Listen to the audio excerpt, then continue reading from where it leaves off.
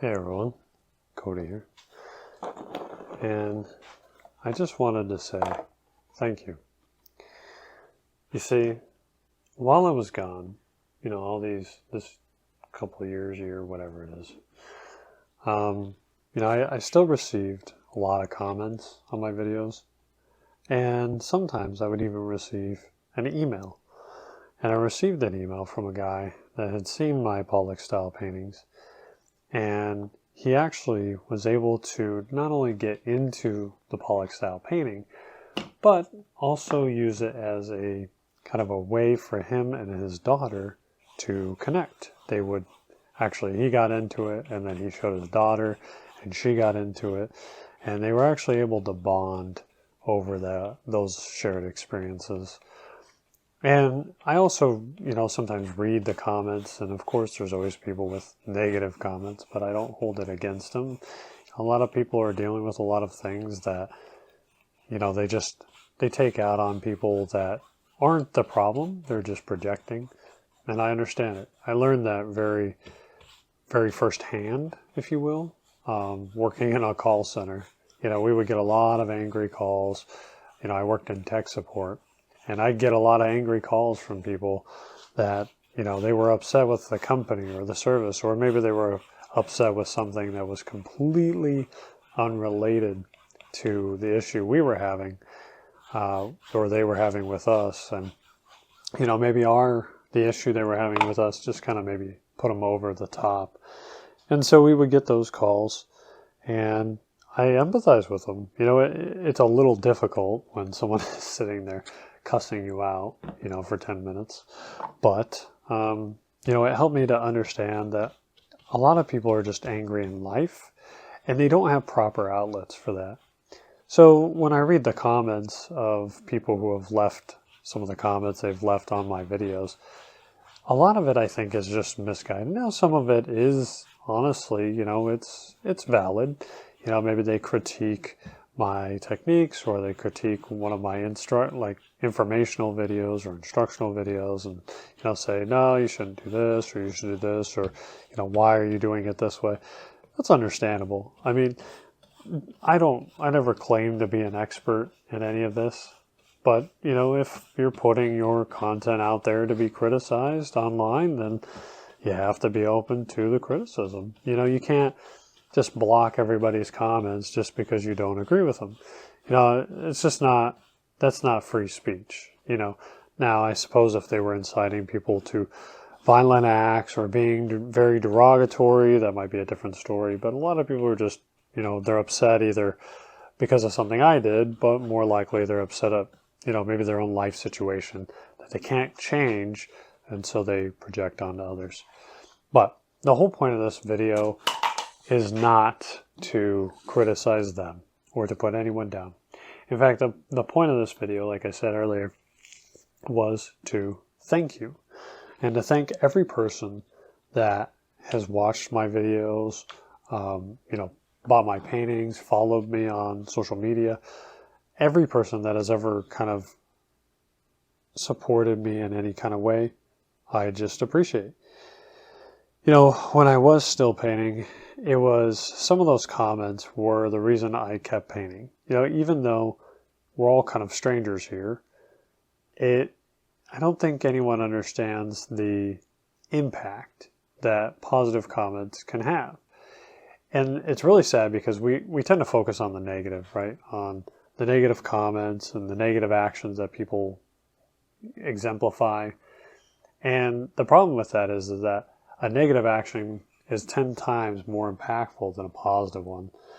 And so I remember reading this study about how if someone is, leaves a negative comment, they say something mean or rude or whatever, it takes 10 positive comments to offset one negative comment, which I find really sad, but also kind of interesting that that's what it requires, is 10 times the amount of positivity, if you will, to wash out the negativity. And this thing is really sticking. It does not want to go. Maybe it's because it's acrylic and not oil. I really want to pull this out. Like I want to pull this bad boy out. But anyway, I kind of came into this video wanting to thank every person that has supported me, because I'm just really, really grateful for it. Even if, you know, I've been away, I still get comments. I still see people saying like, hey, I just found your work for the first time. Kind of sad that I missed it, but, you know, I understand. And that really meant a lot to me, for people to kind of say stuff like, hey, I understand what you're going through. I understand that, you know, you have to step away. That really means a lot to me, because a lot of people were disappointed that I stopped painting, and not because I stopped painting for me, but because I stopped painting for them, you know, if that makes sense. They had some kind of invisible expectation of me that I was no longer meeting. And sorry, I guess. But the point of the video is that it just meant a lot to me. And the fact that I even have, you know, 9,000 plus people who watch my videos, or have at least subscribed at some point, is just fascinating to me. That 9,000 people would even care enough to want to subscribe. Now, that doesn't mean that every one of those people actually watch the videos, because, you know, the the view count doesn't equal the subscribe count, if that makes sense. But that's okay. You know, it's perfectly okay. I'm very, very grateful nevertheless. And yeah, I just want to thank you for that. Now, I suppose I could kind of talk about what I did while I was away. I kind of mentioned it in some of the other videos that I was, part of the time I was writing. So I was working on my poetry books, which kind of came out of nowhere. So it's interesting. Last year in 2022, or 2022, sorry. I'm going to try it on the canvas and we'll see if it's any easier. But anyway, in 2022, I, out of nowhere, just started writing poetry. And when I say out of nowhere, I'm like not kidding. Like, I never wrote poetry before in my life. I was never even interested in poetry. But I had read some poetry a while, like a couple of years ago even. It wasn't even any time recently. But I had read some poetry years and years ago. And I kind of respected it. You know, I didn't think that it would be something I would do. But, you know, I just started getting these poems, like, in my head out of nowhere. Like, the poetry just kind of poured out of me. And I kid you not, like, it was literally pouring out of me. I was writing anywhere from 5 to 10 poems a day. Now, you may argue about the structure of them, because it was mostly free verse, right? So it's like there's no structure to it. So you could definitely argue and say that it wasn't real poetry, right? It was more prose and stories than it was poetry. And I even, you know, kind of listed it as such when I posted the books and the poetry, that it was more prose and stories than it was poetry. But anyway, I started writing this poetry, and it just, like I said, poured out of me. I mean, I almost, at the beginning, I wasn't even really trying, and I was coming up with poems left and right. And so, you know, I was writing these poems, they're pouring out of me. Man, I'm really struggling with this middle section. This really, I think it's because it's kind of curved, and so it goes down, and it doesn't lay flat against the surface. So I think that's where the struggle is coming in here. It is what it is. I think I'll just have to maybe put the paint here and then try to move it then. But anyway, I was writing these poems. They were pouring out of me. I mean, literally, I didn't even have to try, and I was coming up with poems left and right. And I think that there's a couple of reasons for it. One, I had given up the painting, and I wasn't even trying to start like another hobby or activity. So I wasn't even trying to do that, and the painting just kind of, or the poems kind of came naturally. So I think that I was looking for something to be creative with, and that just happened to be the thing after a while. And so eventually, so I wrote multiple books of poetry, but after months, probably 5 or 6 months of it coming easily, it eventually stopped coming easily. And so it got to the point where I was trying to come up with poems, like going out of my way to try to come up with poems. Like I was trying different like writing techniques and prompts and, structures and stuff like that. And after the third book, because I wrote 5 books total, after the third book, the momentum kind of died. So I really had like very little success in writing them. And so I kind of, I gave up basically. After I ended up writing 5 books, but after the third one, the fourth one was a little difficult to finish, and then the 5th one was very, very difficult for me to finish. But I wanted to finish it, right, to say that I did. So I ended up writing 5 poetry books last year. And coming into this year, I was like, well, I still want to write because I wasn't ready to come back to painting. I wasn't even thinking I was going to come back to painting. So I tried to write some more. The writing just was not happening, like at all. And so I basically was going to give it up. Like I was like, if the painting isn't happening, or I'm sorry, if the writing's not happening, I don't know what else to do. And it was kind of out at that juncture, I guess, that I realized, okay, so I do kind of like where this is, but the fact that like it's raw in the middle kind of bothers me. So maybe I will do some more, like I want to do more orange, but I also want to do more of the turquoise. I think I'm going to do more of the turquoise. So because the writing wasn't working out, like I tried writing some other stuff. I wrote some nonfiction. I wrote a book on how to pray, and I wrote another book that was kind of like life lessons that God had taught me, throughout my life. I wrote another I had a couple of nonfiction books that I had written about like working in a call center and just various things. But even though I was kind of writing it all and I liked what I was writing, it just didn't feel the same. And so I wrote all this stuff, and it wasn't even really selling either. So it's like I wasn't even like a commercial success or anything. And so I just felt kind of this hole, and I've been feeling it ever since.